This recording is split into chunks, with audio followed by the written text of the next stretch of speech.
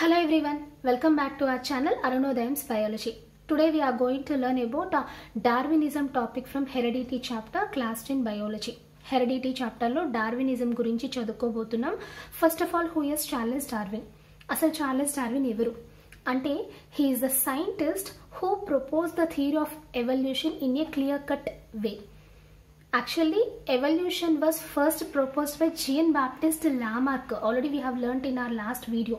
But he did not give any clear-cut explanation about it. దాని గురించి clear-cut explain చేయలేకపోయారు Jean-Baptiste Lamarck. But Charles Darwin ఏం చేశారంటే based on his different observations, ఆయన observations ని బట్టి he gave a clear-cut explanation about evolution. So he proposed a theory of evolution. And he also proposed natural selection. Natural selection gurinchi kuda chepparu, which means nature itself selects the organisms which has to survive on this earth. ఏ organism earth మీద survive అవ్వాలి, ఏ organism earth నుంచి eliminate అవ్వాలి అనే natural selection process ఉంటుంది. We have seen in our last video. మనం variations in beetle పాపులేషన్లో red colour, green colour, blue colour బీటిల్స్లో చూసాం కదా. సో ఆ న్యాచురల్ సెలెక్షన్ ప్రాసెస్ని ప్రపోజ్ చేసింది ఈయన Charles Darwin. And he also written a book called as origin of species. Species అంటే జాతులు. సో ఎవల్యూషన్లో కొత్త కొత్త స్పీషీస్ ఆఫ్ ఆర్గనిజమ్స్ ఎలా ఆరిజినేట్ అవుతున్నాయి, ఎలా తయారవుతున్నాయి అనేది కూడా ఈయన అబ్జర్వ్ చేసి ఒక బుక్ రాశారు, that is origin of species. And he is also called as a father of evolution. Evolution concept మీద ఆయన డిఫరెంట్ అబ్జర్వేషన్స్, చాలా కంట్రిబ్యూషన్స్ చేశారు కాబట్టి he is called as a father of evolution. So now we're going to learn about him. ఆయన గురించి ఇంకా తెలుసుకోబోతున్నాం. He was the scientist who born in England. ఇంగ్లాండ్లో పుట్టారు between 1809 and 1882. And he voyaged for 5 years on a ship called as HMS Beagle ship. HMS Beagle అనే ship మీద at the age of 22 years age లోని 5 years పాటు దానిలో ship లో వోయేజ్ చేశారు, journey చేశారు, లాంగ్ టైమ్ జర్నీ చేశారు. అండ్ డ్యూరింగ్ దిస్ పీరియడ్, ఈ 5 years పీరియడ్ లో ఏం చేశారంటే he observed different flora and fauna of different locations. Different ప్లేసెస్లో, డిఫరెంట్ ఐలాండ్స్లో ఉన్న ఫ్లోరా అంటే ప్లాంట్స్, ఫానా అంటే యానిమల్స్ ని అబ్జర్వ్ చేశారు. సో డ్యూరింగ్ దిస్ జర్నీ, ఈ జర్నీలోనే he stepped in an island called as Galapagos island. Galapagos అనే ఒక ఐలాండ్లో కూడా ఆయన స్టెప్ అవుట్ చేశారు. సో ఇక్కడ ఆయన ఏం తెలుసుకున్నారు, ఇక్కడ ఆయన ఏం అబ్జర్వ్ చేశారో తెలుసుకుందాం.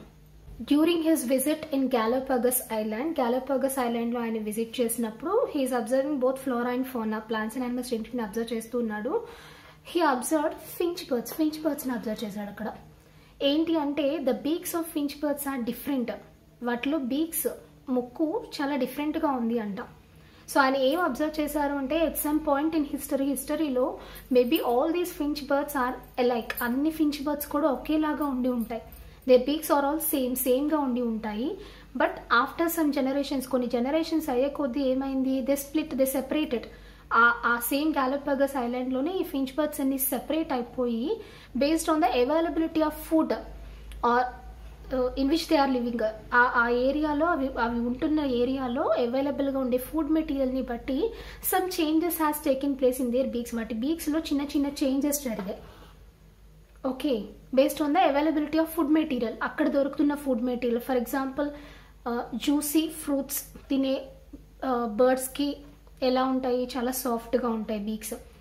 నట్స్ తింటాయి, కొన్ని ఏరియాస్లో ఓన్లీ నట్సే దొరుకుతాయి. సో ఆ ఏరియాలో ఉన్న ఫించ్ బర్డ్స్ బీక్స్ అన్నీ కూడా చాలా షార్ప్గా, చాలా పాయింటెడ్గా, స్ట్రాంగ్గా ఉన్నాయి. కొన్ని లీఫ్లో ఉన్న నెక్టార్ని మాత్రమే తీసుకుంటాయి. అలాంటి ప్లేసెస్లో ఉన్న ఫించ్ బర్డ్స్కి బీక్ ఎలా చేంజ్ అయిందంటే లాంగ్గా, నీడిల్గా, సో జ్యూసెస్ని ఎక్స్ట్రాక్ట్ చేసేలాగా డెవలప్ అయింది. సో అలా based on the availability of food material, food ఎలా అవైలబుల్ అవుతుంది, ఏ ఫుడ్ అవైలబుల్ అవుతుంది అన్న దాన్ని బట్టి వాటి బీక్స్లో చేంజెస్ వచ్చాయంట. ఇంచుమించు ఒక 18 వెరైటీస్ ఆఫ్ ఫించ్ బర్డ్స్ అనేవి ఆయన అబ్జర్వ్ చేశారు గ్యాలోపగస్ ఐలాండ్లో. అంటే వాటి బీక్స్లో డిఫరెన్సెస్ ఉన్నాయి. Actually at some point in history all of them are like, అన్నీ ఒకేలా ఉన్నాయి, all of them belonging to same species. But separate అయ్యి ఫుడ్ మెటీరియల్ని బట్టి వాటి బీక్స్ని చేంజ్ చేసుకున్న తర్వాత చూస్తే they all belong to different species. ఇప్పుడు అవి ఏమైనాయి, కొత్త స్పీషీస్కి ఎవాల్వ్ అయినాయి అనమాట. దాన్ని ఆయన ఆరిజిన్ ఆఫ్ స్పీషీస్లో మెన్షన్ చేశారు. ఓకే, వాటి బాడీలో వచ్చిన చిన్న చిన్న చేంజెస్ని బట్టి అవి ఒక కొత్త స్పీషీస్ లాగా ఎవాల్వ్ అయినాయి అనమాట. సో అది ఆయన గ్యాలపగస్ ఐలాండ్లో ఫించ్ బర్డ్స్లో అబ్జర్వ్ చేసి ఆరిజిన్ ఆఫ్ స్పీషీస్ అనే బుక్ రాశారు. అండ్ నెక్స్ట్ ఇంకా ఏం చేశారంటే he was influenced by two books వల్ల ఇన్ఫ్లుయెన్స్ అయ్యారు. ఏమేంటివి అవి? Principles of geology which was written by sir Charles Lyell.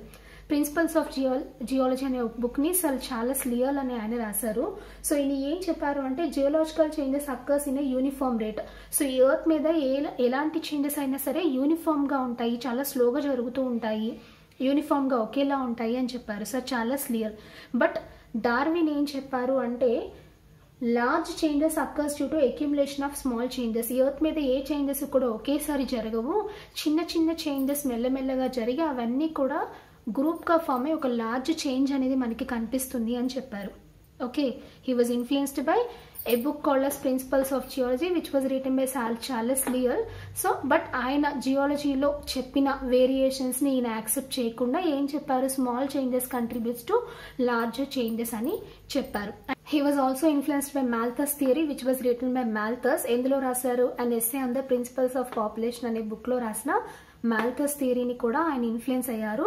So Malthus ఆయన ఏం చెప్పారు అంటే population growth is in geometric progression while the food sources increase is in arithmetic progression. So మన earth మీద పాపులేషన్ గ్రోత్ అనేది geometric ప్రోగ్రెషన్లో పెరుగుతుందంట. అంటే 1, 2 కాస్త 4 కాస్త 8 అలా మల్టిప్లై అవుతూ వస్తుంది జియోమెట్రిక్ ప్రోగ్రెషన్లో పాపులేషన్ గ్రోత్ అనేది.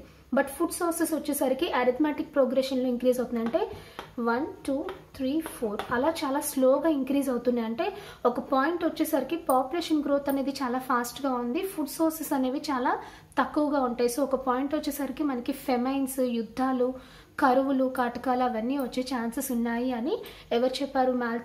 మాల్థస్ చెప్పారు. సో పాపులేషన్ గ్రోత్ ఏమో జియోమెట్రిక్ ప్రోగ్రెషన్లో ఇలా మల్టిప్లై అయిపోతూ ఫాస్ట్గా వెళ్ళిపోతుంది, బట్ ఫుడ్ సోర్సెస్ అవైలబిలిటీ అనేది మనకి అరిథమెటిక్ ప్రోగ్రెషన్లో చాలా స్లోగా ఉన్నాయని చెప్పారు. సో దీనివల్ల కూడా ఈయన చాలా ఇన్ఫ్లుయెన్స్ అయ్యారు Charles Darwin. Based on these ideas, so Malthus theory and principles of geology, so వీటి నుంచి ఇన్ఫ్లుయెన్స్ అయిన చార్లెస్ డార్విన్ ఏం చేశారు అంటే he proposed natural selection ని ప్రపోజ్ చేశారు, which means nature only selects or decides which organism should survive or perish in nature. ఈ earth మీద ఏ ఆర్గనిజం సర్వైవ్ అవ్వాలి, బ్రతకాలి, ఏ ఆర్గనిజం ఎలిమినేట్ అవ్వాలి, పెరిష్ అవ్వాలి అని నేచరే సెలెక్ట్ చేస్తుంది. That is called as natural selection అంటాము. సో ఈ న్యాచురల్ సెలెక్షన్ ని చార్లెస్ డార్విన్ ప్రపోజ్ చేశారు, which means nothing but survival of fittest. Natural selection అంటే సర్వైవల్ ఆఫ్ ఫిట్టెస్ట్. ఫిట్గా ఉన్న వాళ్ళు, స్ట్రాంగ్గా ఉన్న వాళ్ళే సర్వైవ్ అవుతారు. లెస్ స్ట్రాంగ్గా ఉన్న వాళ్ళు లేదా వీక్గా ఉన్న వాళ్ళు ఏమవుతారు? ఎన్విరాన్మెంట్లోంచి ఎలిమినేట్ అయిపోతారు. సో దీన్ని ఈయన ప్రపోజ్ చేశారు. స్ట్రాంగ్గా ఉన్నారు అంటే మీనింగ్ ఏంటంటే it has strong characters. Survive అవ్వడానికి కావాల్సిన క్యారెక్టర్స్ ఉన్నాయి ఆర్గనిజమ్స్లో, ఆ ఆర్గనిజమ్స్ సర్వైవ్ అవుతాయి. సర్వైవ్ అవ్వడానికి కావాల్సిన క్యారెక్టర్స్ లేని ఆర్గనిజమ్స్ ఉంటాయి కదా, అవి ఎలిమినేట్ అవుతాయి. సో మీకు అర్థమయ్యేలా చెప్పాలంటే for example a forest is there, it has 2 deers. One has strong legs which can run fast. స్ట్రాంగ్గా ఉండే లెగ్స్, చాలా ఫాస్ట్గా పరిగెత్తగలిగే డీర్ ఒకటి ఉంది.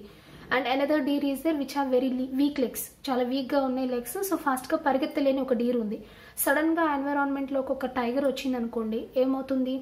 The stronger one will survive. Strong లెగ్స్తో ఉన్న డీర్ ఏం చేస్తుంది? ఇట్ కెన్ రన్ ఫాస్ట్గా పరిగెత్తుంది, ఇట్ కెన్ సర్వైవ్, బ్రతుకుతుంది, దాని లైఫ్ని అది కాపాడుకుంటుంది. But the one with weak legs, వీక్గా ఉంది కదా, సో అదేమవుతుంది? ఫాస్ట్గా పరిగెత్తలేక టైగర్కి ఆహారంగా మారిపోతుంది, అంటే ఎన్విరాన్మెంట్లో నుంచి రిమూవ్ అయిపోతుంది. So it is also one type of natural selection. నేచరే సెలెక్ట్ చేసింది స్ట్రాంగ్ లెగ్స్ ఉన్న డీర్ సర్వైవ్ అవ్వాలి, వీక్ లెగ్స్ ఉన్న డీర్ ఎలిమినేట్ అవ్వాలి అని. సో దాన్నే సర్వైవల్ ఆఫ్ ఫిట్టెస్ట్ అని పిలుస్తాం. Okay, next Alfred Russel Wallace అనే సైంటిస్ట్ ఏం చేశారంటే he had done his own observations. ఆయన ఇండిపెండెంట్గా కొన్ని అబ్జర్వేషన్స్ చేసి he also contributed a lot for natural selection. Natural selection గురించి ఆయన కూడా కొంతవరకు ఎక్స్ప్లెయిన్ చేసి and he set about origin of species గురించి కూడా ఆయన ఎక్స్ప్లెయిన్ చేశారు Alfred Russel Wallace. Best example is variation in beetle population. Already we have learned in our previous video. So మనం ప్రీవియస్ వీడియోస్లో వేరియేషన్స్ ఇన్ బీటిల్స్ చూసాం. So an area has 12 red colour beetles కదా, so all of them are being eaten by crows తినేస్తూ ఉన్నాయి. But సడన్గా ఏమైంది, రీప్రొడక్షన్లో ఒక గ్రీన్ కలర్ బీటల్ ప్రొడ్యూస్ అయింది and it is hiding in the leaves. Hide అయిపోతుంది లీవ్స్ మధ్యలో. The crows are not able to identify it. That means it is saving. అది సేవ్ అయిపోతూ వస్తుంది. ఈ రెడ్ కలర్ బీటిల్స్ అన్ని ఎలిమినేట్ అయిపోతూ వస్తున్నాయి ఎన్విరాన్మెంట్లో. సో ఒక పాయింట్ వచ్చేసరికి ఏమైంది, మనకి రెడ్ కలర్ బీటిల్స్ అన్ని కంప్లీట్గా వానిష్ అయిపోయి గ్రీన్ కలర్ బీటిల్స్ పాపులేషన్ పెరిగిపోతూ వచ్చింది. So that is also a type of natural selection. Crows ఏం చేస్తున్నాయి, రెడ్ కలర్ లీవ్స్ని రెడ్ కలర్ బీటిల్స్ని సెలెక్ట్ చేస్తున్నాయి తినడానికి, ఎన్విరాన్మెంట్ నుంచి తీసేస్తున్నాయి వాటిని. అండ్ గ్రీన్ కలర్ బీటిల్స్ని వదిలేస్తున్నాయి, అంటే అవి సర్వైవ్ అవుతున్నాయి. So the colour of the beetle is advantage here. Advantage అవుతుంది, న్యాచురల్ సెలెక్షన్ అవుతుంది అనమాట. సో అలా ఆరిజిన్ ఆఫ్ స్పీషీస్ అంటే ఒక గ్రీన్ కలర్ అనే ఒక కొత్త రకం స్పీషీస్ కూడా ప్రొడ్యూస్ అయిందిగా ఇక్కడ. సో అలా మనం బీటిల్ పాపులేషన్ ఎగ్జాంపుల్గా తీసుకుని కూడా ఆరిజిన్ ఆఫ్ స్పీషీస్ న్యాచురల్ సెలెక్షన్ని ఎక్స్ప్లెయిన్ చేసుకోవచ్చు. Next, nature favours useful variations. So nature ఎప్పుడు కూడా ఆర్గానిజమ్స్లో ఉండే యూస్ఫుల్ వేరియేషన్స్కి ఫేవర్ చేస్తూ ఉంటుంది. మనకు అక్కర్లేని క్యారెక్టర్స్ ఎప్పుడు కూడా పెరిష్ అయిపోతూనే ఉంటాయి. ఎగ్జాంపుల్గా చెప్పాలి అంటే వీ హ్యావ్ ఎవాల్వ్డ్. మనం కూడా వన్ టైప్ ఆఫ్ యానిమల్లే. బట్ మన ముందు వచ్చిన యానిమల్స్ అన్నిటికీ దే హ్యావ్ టెయిల్ ఉంది వాటికి. సో ఆ టెయిల్ ఏం చేస్తుంది, it is useful for their balance. బాడీని ఈక్విలిబ్రియంలో పెట్టడానికి, బాడీ బ్యాలెన్స్కి యూజ్ అవుతుంది. ఏంటిది, టెయిల్. బట్ మనం హ్యూమన్ బీయింగ్స్ వచ్చేసరికి we do not have tail. మనకి టెయిల్ లేదు. ఎందుకని, we already have cerebellum and semicircular canals in our ears. మన ఇయర్స్లో ఉన్న సెమీసర్క్యులర్ కెనాల్స్, మనలో ఉన్న సెరిబెల్లం, ఇవన్నీ ఏం చేస్తాయి, మన బాడీని బ్యాలెన్స్గా ఉంచుతాయి పడిపోకుండా. సో అందుకని మనకి టెయిల్ అక్కర్లేదు. అంటే మనకి కావాల్సిన క్యారెక్టర్స్ కంటిన్యూ అవుతున్నాయి, మనకు అక్కర్లేని క్యారెక్టర్ అంటే టెయిల్ అనేది మనకి ఎలిమినేట్ అయిపోయింది కదా. సో అలా నేచర్ ఎప్పుడు కూడా యూస్ఫుల్ వేరియేషన్స్ని ఫేవర్ చేస్తుంది అనమాట. అక్కర్లేని క్యారెక్టర్స్ అన్నీ కూడా ఏమవుతాయి, దే విల్ డిసపియర్ అయిపోతూ ఉంటాయి. So this is called as struggle for existence అని పిలుస్తాం. స్ట్రగల్ ఫర్ ఎగ్జిస్టెన్స్ అంటే బ్రతకడానికి పడే struggle. For example, we have so many plants in a pot. ఒక పాట్ తీసుకున్నాము, అందులో కొన్ని మేథీ సీడ్స్ వేసాం. మేథీ సీడ్స్, మెంతులు. సో అన్నీ ఏం చేస్తాయి, మొలకలు వస్తాయి అన్నిట్లోంచి. They all have to compete for food, air, space. So ఆ మొక్కలన్నీ కూడా ఈ చిన్న పాట్లో ఫుడ్ కోసము, స్పేస్ కోసము అండ్ సన్లైట్ కోసం, వీటన్నిటి కోసం కంపీట్ అవుతూ ఉంటాయి. ఏవైతే ఎక్కువగా సన్లైట్ని రిసీవ్ చేసుకుంటూ ఫుడ్ని తీసుకుంటూ ఉన్నాయో అవి స్ట్రాంగ్గా పెరుగుతాయి. ఈ కాంపిటీషన్లో ఏవైతే వీక్గా ఉన్నాయో అవన్నీ ఏమవుతాయి, ఫుడ్, సన్లైట్ అవన్నీ సరిగా రిసీవ్ చేసుకోలేక చచ్చిపోతాయి. Methi leaves, methi plants. So ఇది కూడా one type of struggle for ఎగ్జిస్టెన్సే. సో స్ట్రాంగర్ వన్స్ అన్ని చక్కగా గ్రో అయినాయి, వీకర్ వన్స్ అన్ని ఏమైపోయినాయి, ఈ న్యాచురల్ సెలెక్షన్ ప్రాసెస్లో రిమూవ్ అయిపోయినాయి. So that is about natural selection and survival of fittest, which was given by Charles Darwin. Of course Alfred Russel Wallace కూడా ఇండిపెండెంట్గా ఆయన కూడా సేమ్ ఇదే విషయాన్ని చెప్పారు. సో ఈరోజు మనం వీడియోలో చార్లెస్ డార్విన్ గ్యాలోపగస్ ఐలాండ్లో ఫించ్ బర్డ్స్ గురించి చెప్పిన ఆరిజిన్ ఆఫ్ స్పీషీస్ టాపిక్ గురించి చెప్పుకున్నాము. అండ్ ఇంకా ఆయన ఇన్ఫ్లుయెన్స్ అయ్యారు 2 books ద్వారా. అండ్ ఆ ఇన్ఫ్లుయెన్స్ వల్ల ఆయన న్యాచురల్ సెలెక్షన్ని ప్రపోజ్ చేయగలిగారు. సర్వైవల్ ఆఫ్ ఫిట్టెస్ట్ గురించి చెప్పారు. ఆల్ఫ్రెడ్ రసెల్ వాలెస్ ఇండిపెండెంట్గా సేమ్ ఇవే పాయింట్స్ చెప్పగలిగారు అని మనం చెప్పుకున్నాం ఈ టాపిక్లో. So that is about our topic today, Darwinism. So ఈ టాపిక్ కనుక మీకు అర్థమైనట్టయితే వీడియోని లైక్ చేయండి, మీకు తెలిసిన 10th క్లాస్ ఫ్రెండ్స్కి షేర్ చేయండి. ఇలాంటి వీడియోస్ కోసం నా ఛానల్ని సబ్స్క్రైబ్ చేసుకుని పక్కనే ఉన్న బెల్ ఐకాన్ని యాక్టివేట్ చేసుకోండి. Thank you so much for watching. జై హింద్.